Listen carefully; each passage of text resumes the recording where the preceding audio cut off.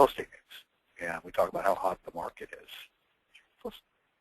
All right, Perry, let's jump into part 2 of our news, and we'll get into some specific national real estate information here. And what's interesting is the national trends are interesting to watch, but sort of disconnected from what's going on in Austin. We talked about in part 1 that there's a whole lot to deal with in terms of the national trends that don't apply directly to the local. So in other words, let's look at this article from CNBC. Home prices rise, but analysts see pressure ahead. So obviously national average for August was up 2.6% over August a year ago. And you look at the January to the end of August, they're talking about 4.6% increase in pricing. So that's all obviously positive, good trends. Now the caution, the headline, talks about how this could affect the long-term trends. We haven't had a lot of distressed properties. That's my big caveat for dealing with this from the standpoint of Austin. We've never been a big market that has a lot of short sales and foreclosures. But what they're looking at is, although the distressed property share is down to a record low of 38% of sales, there's a big concern about the fact that in 2012, a lot of lenders have been holding back on foreclosing on properties. And they've been talking about this for a long time. Right. But the bigger one, which does overlay into our market here in Austin, is this regulatory environment under Dodd Frank, where they've only implemented about a third of what they've indicated they can implement under Dodd Frank, and it's already highly restrictive as far as lending, is it not? It is. So this is probably the part of the article that people should pay attention to. This has huge implications, and when we get to the question today about some implications in Austin, we'll talk a little bit about choosing your lender very carefully. I don't take it lightly when I do work with a buyer as to what lender they work with. It's extremely important in this environment. Not every lender is created equal, and it's not just about the rate they quote, is it, Perry?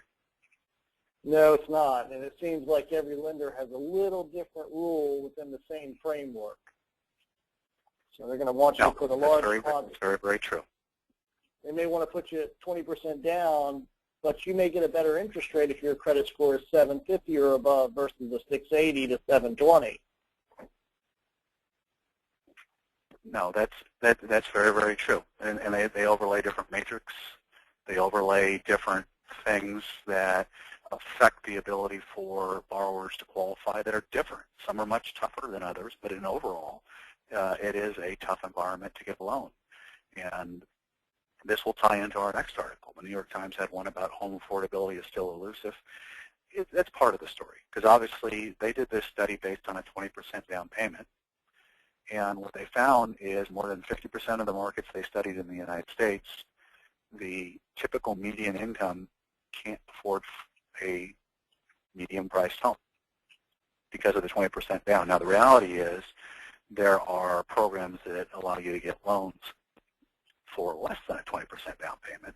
However, it's much more difficult to qualify for those than it used to be, as we just talked about with Dodd Frank and other overlays and matrices for lenders. So this is interesting in the sense that this is not just an Austin phenomena. This is a phenomenon that affects every market in the country. This is systemic. We talked about a couple weeks ago that the pendulum has swung much more strongly towards the overregulation and stifling of the market. And then you've got another entity, which is not part of the government, which is the Federal Reserve, that's artificially stimulating rates down. So it's interesting. I think the market would be in much worse shape if they didn't have that major program running for the Federal Reserve, don't you? Absolutely.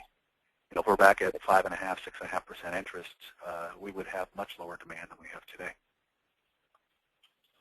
Yeah, I'm curious to see how, we haven't really even tapped into that, what happened to the B-plus players out there who aren't going for loans right now. I think only grade A buyers are looking, and which that even tells me there's like a shadow bubble of pent-up demand waiting for the ability to get a loan or to pay a loan that's as good a rate as some of the ones that you have an 800 credit score and 20% down are getting. It's going to be interesting to see. No, it's very, very true.